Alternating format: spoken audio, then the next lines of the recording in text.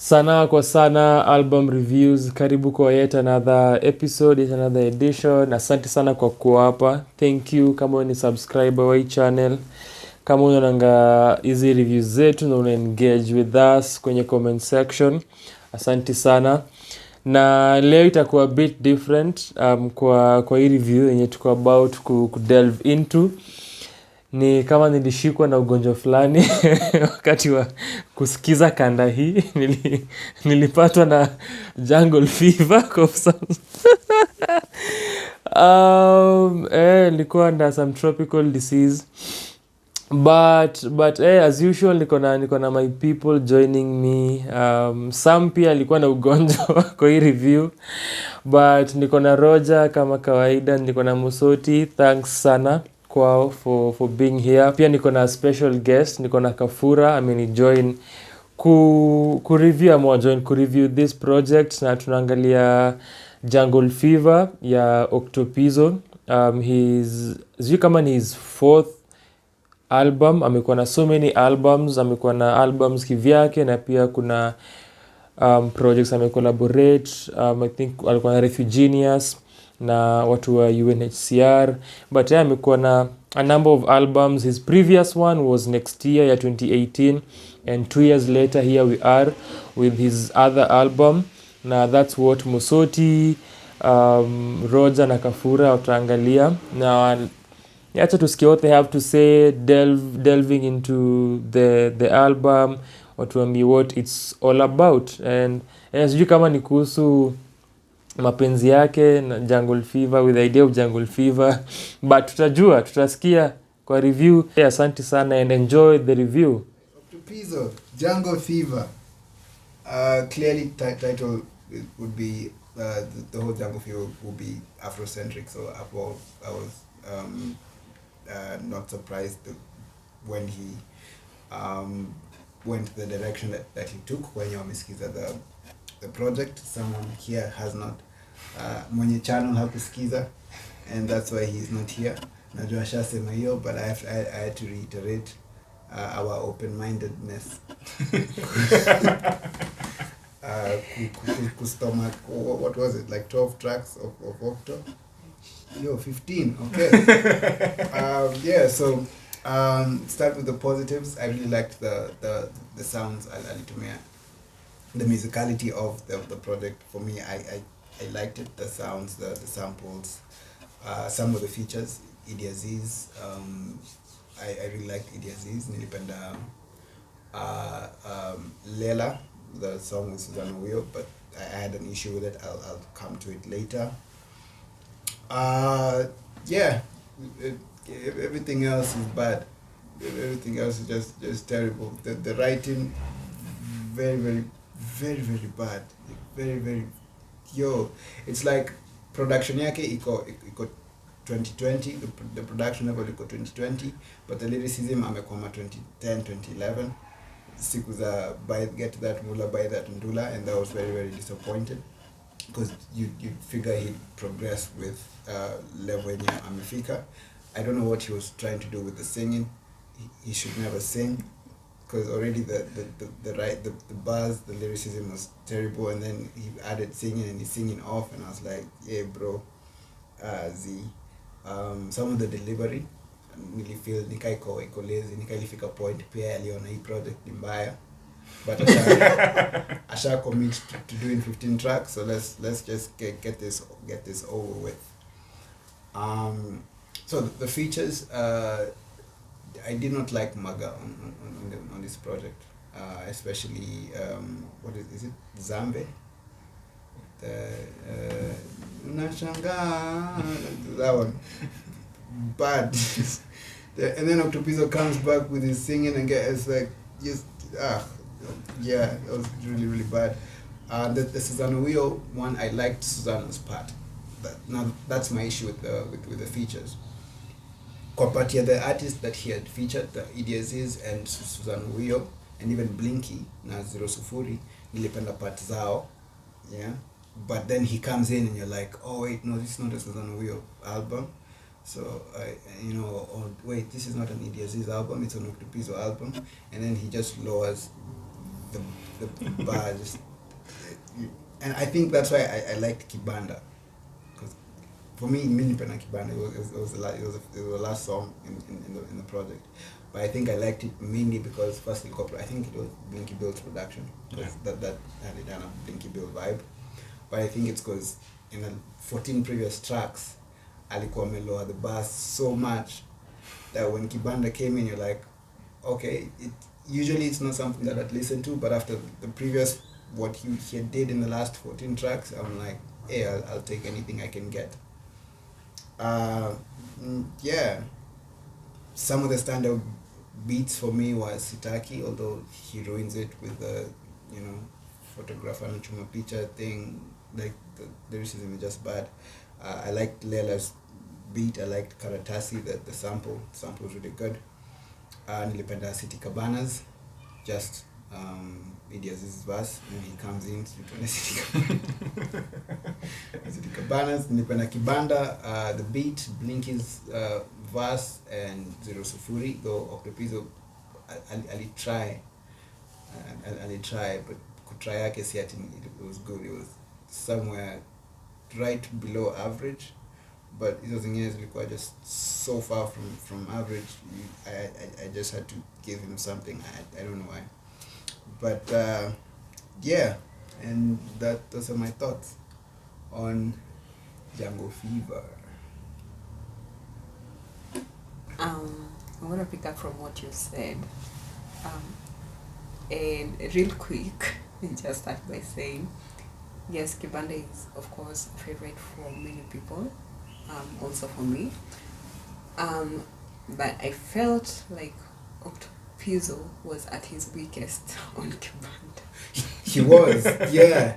It was the beat helped him a lot. Yes. The beat helped him a lot. Yes. And then when you hear Zero Sufuri's verse later, you're like, oh, okay. Umeosha kwa ngoma yako na verse moja. Ameosha album yako nzima na verse moja, but yeah. And also I feel like how catchy and you can really feel yes, almost do it. But also you can also get the lyrics to the chorus very fast. That also says the song a lot, and also sort of showers Octo with some grace. Kidogo. So yeah.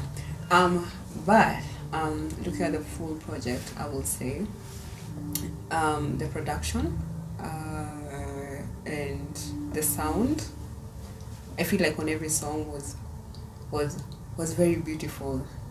I liked that I didn't have to listen to hip hop. It felt like a fusion of hip hop or hangla in every song. Yeah. So I liked that a lot. But now, everything else from Octo, felt very disappointing.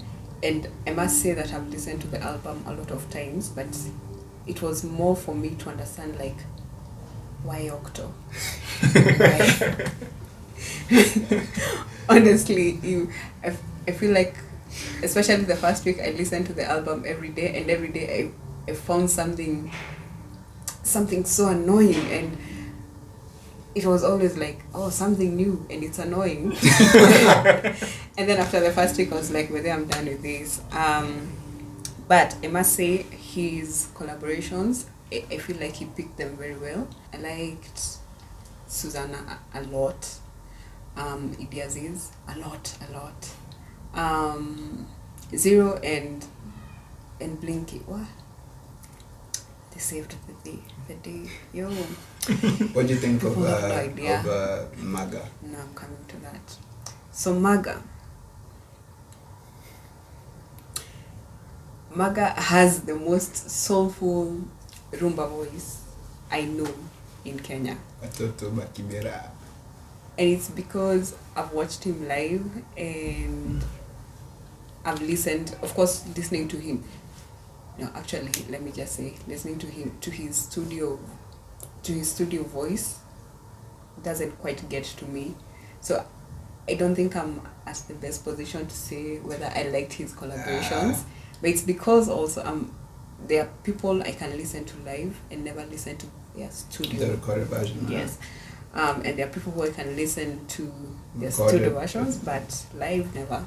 So Maga is the people who I want to listen to live. all the time. But also, besides that, I will say that his feature, or his two features, Yeah, his two features. were, oh man, they were, I feel like I've set a very high standard for Maga.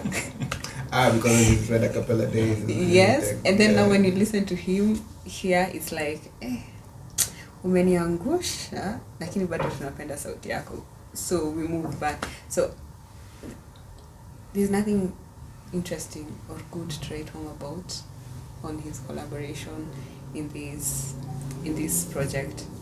So anyway, besides all that, I will say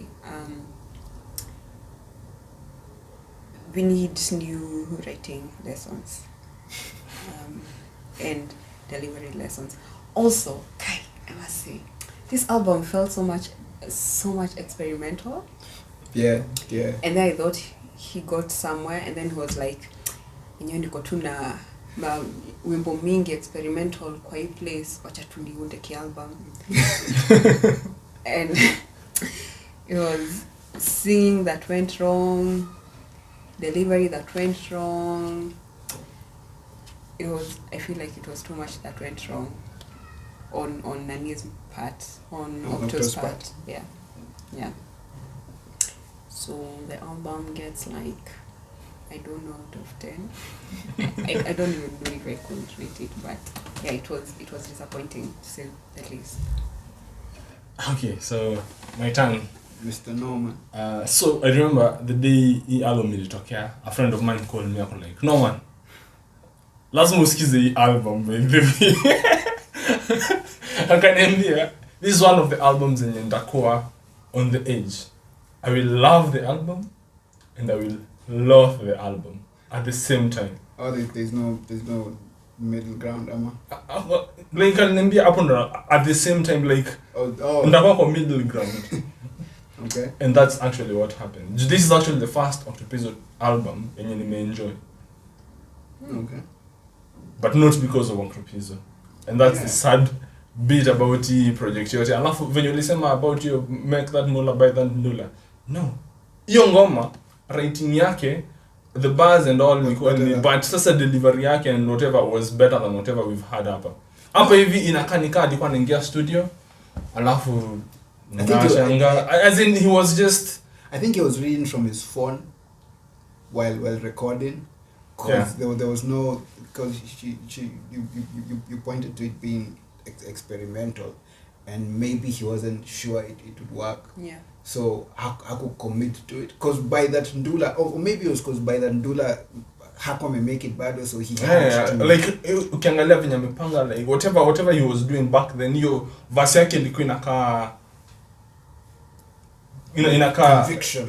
Yeah, inakaa kitu ilikuwa ina work for them, but sasa of course it doesn't age well, lakini regardless, so chemi nilikuwa nasema ni his verses, his singing is bad. Kwanza kuna saa the songs zenye hajaficha mtu. Yeah. Niko like, that's a wasted bit. Like give another person. Me I feel like hii project inafaa tu kwenda verses zake zitolewe, someone else haekwe. Yeah. And itakuwa a really dope project. I'm at to just the instrumentation version. Exactly. Me I appreciate. And the choruses that were not done by Octopizzo. the choruses that were done by Susanna and Idiaziz. And Pia Maga. Just give us those Winterfry. I don't know, me I don't know. Me I love. I've been saying this for the longest time. I wanted a hip hop album yenye msee amefocus ametumia banger beats, ametumia like the banger, the hangla beats, whatever. Like mimi nataka kusikia. That's what I've always wanted. I've always wished for that album, and that's what my friend knew. Okay. So akaniambia nisikize. It's just sad though. The first time I get to listen to this, it has to be like this. It has to be this particular project. And it's, I don't know, mimi. Alafu there's something I noticed. Ilikuwa inakaa ni kama kina Idiaziz and the likes walikuja waka record alafu Octo akuja afterwards. Hakuwa na wao on studio. Juu kisikiza the ideas the features ziko more seamless, ziko na beats ziko seamless. Yeah. But Octo inakaa nika alikuja akekelewa juu nikaa mtu alichukua whatever song walikuwa washa make wakaongeza verse ya Octo. Yeah, there's one that features Idi Aziz kwa chorus. He keeps on saying his name. Like Idi Aziz is singing and then Octo kwa Aziz, and I'm like, yeah, we already know it's Idi Aziz. Ushaika kwa title, or maybe he didn't believe that Idi Aziz was collaborating with him, and because he knows Idi Aziz is on another level, na mimi niko hapa, or maybe he knew the verse he was gonna write, and Idi Aziz alikubali kufanya chorus, and so he was like, yo Aziz. Keep quiet. Let the man do his stuff. It was, or maybe I would assume he was going through a phase of jazz and Yako brought together, and then it went. You know how Janae sometimes sings and flows. Yeah. It's like she's very removed from the beat. From the beat, Yeah. but for her it works because she's very, I don't, whether it's her production that's very seamless about marrying the two ideas together, but for Octo it just went real. Yeah. But anyway, regardless of all my thoughts, maybe there are some songs I enjoyed. And Niko sure I will bump to them over and over. Kwa hii project. Stucky. Yeah. Stucky was amazing. There is Lela, there is Karatasi. Me, I liked Karatasi. There's Kibanda, and there's Dungu. The feature with Idi Aziz. Yeah, me, I loved those ones, and me, there are some songs that I honestly hope I never get to hear them ever again. Marcelina. Hey, yo. Being one of them. Yeah. I hope I never get to hear that song. Niko na shule, niko na pesa mingi sana, niko na suti mingi sana, and he's singing it, and I'm like, what are you? Is that a love song? What? I love there's also Tama. The one that I am sure alikuwa na good intentions. Alikuwa naimba about struggles amekuwa through the mom. This is for the one that who got successful too late. That's good intentions. Akonazo. It's just his singing. But also the same friend aliniambia, if I approach this album in a comedy, from a comedy perspective, I'd actually enjoy it more, and I feel like I actually did.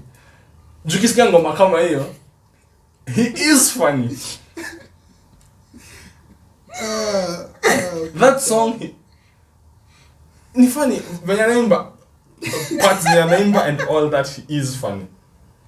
So if you approach it from from a comedy point of view, comical point of view, it's a decent album with really good production, really good features, and I don't know. Maybe I'll listen to this album again, but ndatoa a couple of songs. So kuna ngoma zingine za nitarudi kusikiza. Yeah. But I really hope one day instrumental version leak. Sindio. The version before Octo alea. I'd like to know who executive produced the album, or who produces his stuff, because producers wake wofanya kazi sana. When it comes to production, I've never. Octo has good production. Yeah. Even on beats, particularly they're not my type of music. Still, maybe I appreciate zinakonga really good production. Now the problem is just what he does with the production. Nakonga to issue. Yeah. So yeah, those are my thoughts on Jungle Fever.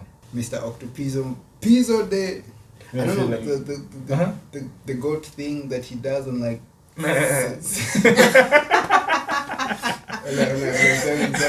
just to clarify, he's not the one doing the goat thing. It's just the soundtrack of a goat, like sound effect. Yeah. It's like, hey, bro. Okay, so it was going down to booziness. Whoa. but yeah.